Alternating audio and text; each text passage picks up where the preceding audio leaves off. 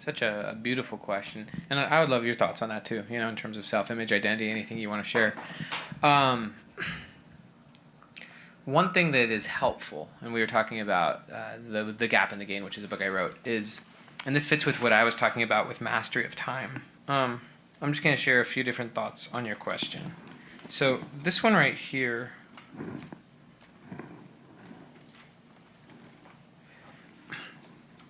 one is the knowledge that it's not the past that determines the present. It's always you in the present that determines the meaning of your past, right? Okay. That's very important. And the more agency you take in the present, or responsibility, the more you're responsible for how you define your past, rather than letting your past define who you are today. And an important part of that is actively clarifying the differences between who you are now and who you were in the past. And so, but you have to do that actively, not passively, sure. Right? And what do you mean when you say that, by the way? Yeah. Mm-hmm. So what I mean by that is, if I actually sit and think, how am I different than who I was 12 months ago? What are some of the things I was saying 12 months ago, saying yes to 12 months ago, that I would say no to today? What was my view of the future 12 months ago? What were the things I was prioritizing? What are some of the things I was avoiding, right? Like, just literally then I could do that for 5 years ago. I could do that for 2 months ago, right? So one of the things that I'm just trying to invite you to do is get better and better at defining the differences between your current self and your past self. What most people do is they say, this is how he's always been. Well, right? That's who he always is. And that's not a proper framing of the past for yourself or for someone else, right? It's better to actually appreciate and to define and to filter for those differences. And you can then get better and better at seeing, oh my goodness, I'm not even the same person I was a week ago. Like, there's a lot of things I was saying yes to a week ago that I wouldn't say no to today, right? Probably because of distance traveled and learning and things like that, some of the stuff we've been talking about. But it's good to clarify those differences and to define them. And you have to actually do that actively.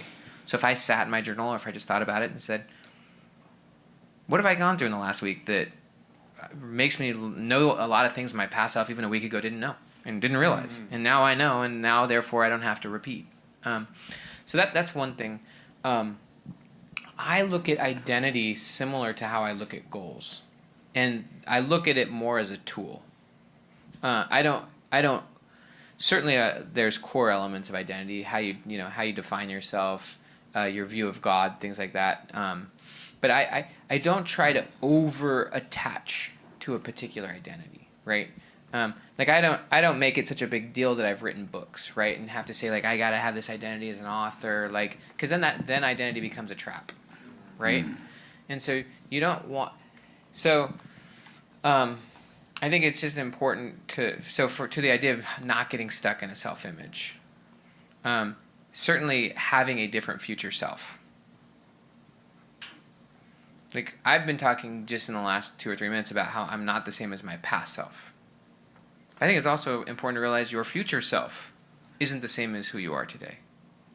And so if you start to really think from the future and start letting your future self shape who you are today, then you're not as rigid about who you are today. Right? Like, one of the things that Carol Dweck wrote about in her concepts on growth mindset versus fixed mindset is that someone with a fixed mindset has a fragile identity. Because they're so fixated on who they think that they are that they don't want to expose that. They don't want to be wrong. They don't want to fail. They don't want to look bad. That's a fixed mindset. That's someone who's afraid of looking bad. That's someone who's afraid of failing, therefore they're afraid of learning.